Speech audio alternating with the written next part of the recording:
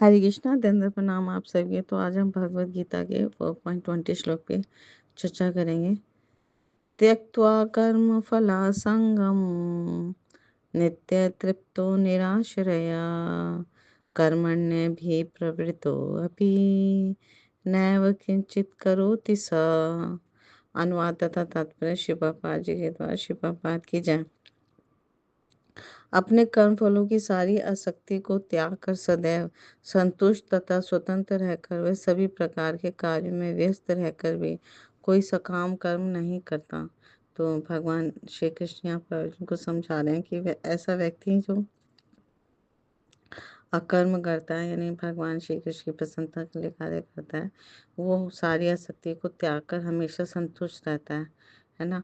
और सारे प्रकार के कार्य करता हुआ भी कोई सकाम कर्म नहीं करता, यानी उसके सारे कर्म जो है वो भगवान की प्रसन्नता के लिए होते हैं। तो इस तरह से वो भवबंधन से तुरंत मुक्त हो जाएगा और अपने जीवन का लक्ष्य प्राप्त करेगा। तो तात्पर्य में शिव पापा जी बहुत सुंदर समझा रहे हैं कि कर्मों के बंधन से इस प्रकार की मुक्ति तभी संभव है जब मनुष्य कृष्ण भावना भावित होकर हर कार्य भगवान श्री कृष्ण के लिए करें।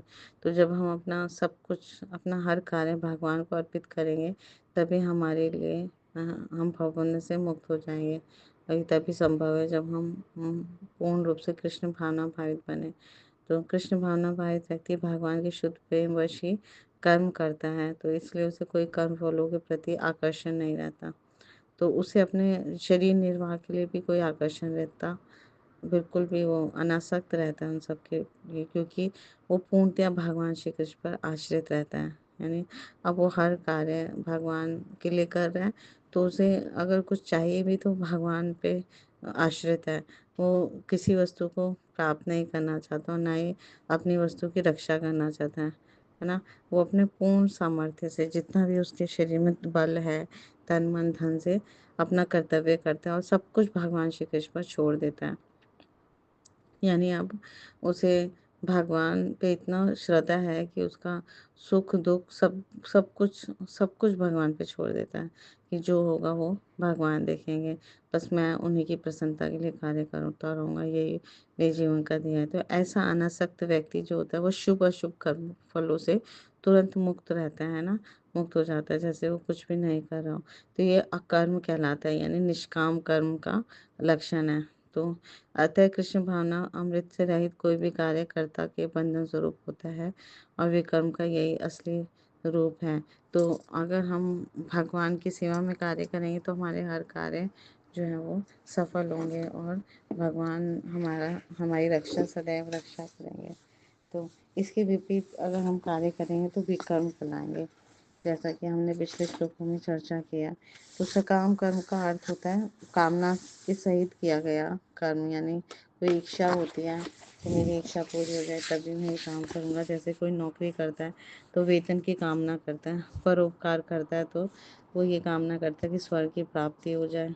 तो इस तरह से सब सकाम कर्म होते हैं जब ये कामना होती है। तो अधिकांश जो लोग होते हैं वो सकाम करने वाले व्यक्ति जो होते हैं वो समाज में परोपकारी व्यक्ति के रूप में प्रतिष्ठित हो जाते हैं, फेमस हो जाते हैं ना, परंतु ये नहीं जानते कि उनके द्वारा जो कर्म किया जा रहा है वो पुण्य रूप में उन्हें भौतिक संसार में ही भुगतना पड़ेगा, है ना। फिर आएंगे इस भौतिक जगत में तो दोबारा इस भौतिक संसार में वो लौट जाते हैं उनको भोगने के लिए। अच्छे अच्छे कर्म किए ना तो अच्छा अच्छा उनको सुख की प्राप्ति होगी, धनी परिवार में जन्म होगा, स्वर्ग आदि सुख मिलेगा, लेकिन भौतिक संसार में ही आएंगे वो। तो लेकिन जब तक मनुष्य भौतिक संसार में आता रहेगा उसकी अधोगति का संकट निरंतर बना रहेगा, क्योंकि कभी गलती से उसे जो भगवान ने स्वतंत्रता दी है उसका दुरुपयोग कर ले तो कभी वो गलत कार्य भी कर सकता है और फिर उससे उसका पतन भी हो सकता है। तो ये संकट हमेशा बना रहेगा, इस भौतिक संसार में बना ही रहता है। तो कभी ऊपर के लोकों में जाता है, कभी नीचे के लोकों में जाता है। तो ये आवागमन का जो चक्र है वो चलता ही रहता है। तो इससे और उसको दुख मिलता है, कभी सुख मिलता है, कभी दुख कभी सुख, तो उससे वो मुक्त नहीं हो पाता। तो सबसे अच्छा उपाय है अपने आप को मुक्त करने का कि हम अपने घर शाश्वत धाम में चले जाएं। तो जब हम भगवान की सेवा में करेंगे, अकर्म करेंगे, है ना, सकाम कर्मों से अलग, यानी अपने कार्य को भगवान की तुष्टि पुष्टि के लिए करेंगे, प्रसन्नता करेंगे के लिए करेंगे, तभी हम भगवत धाम जा सकते हैं इस भौतिक संसार से निकल कर। और वो फिर वहाँ शाश्वत रूप से हम रह सकते हैं। फिर वहाँ कोई भी संकट नहीं है, हमेशा सुख है, शाश्वत सुख है। जन्म मृत्यु जरा व्याधि के हम बंधन से पूर्णतः मुक्त हो सकते हैं। तो पूर्व श्लोकों में भी कहा गया है कि पंडित व्यक्ति कभी भी अपने सकाम कर्मों में लिप्त नहीं होता। वह समस्त कर्मों का निर्वाह करता है, लेकिन कामनाओं का त्याग कर देता है, क्योंकि वह जानता है कि कामनाओं के कारण उसे कर्मों के फल भुगतने के लिए इस भौतिक संसार में बारंबार आते रहना पड़ेगा, जो भयावह स्थिति है। तो हमें इस श्लोक से समझ आता है कि हमें हर कार्य भगवान की सेवा में करना चाहिए, है ना। तो सकाम करने की बजाय हमें अकर्म करना चाहिए, भगवान की तुष्टि पुष्टि के लिए कार्य करना चाहिए और निरंतर सतत भगवान के पवित्र नामों का जप करते हुए कार्य करना चाहिए। हरे कृष्णा कृष्णा कृष्णा हरे हरे, हरे राम राम राम हरे हरे। तब ये दिव्य ज्ञान हमें अच्छे से समझ आएगा, हमारा हृदय शुद्ध होगा, भगवान श्री कृष्ण का प्रेम हमारे हृदय में जागृत होगा।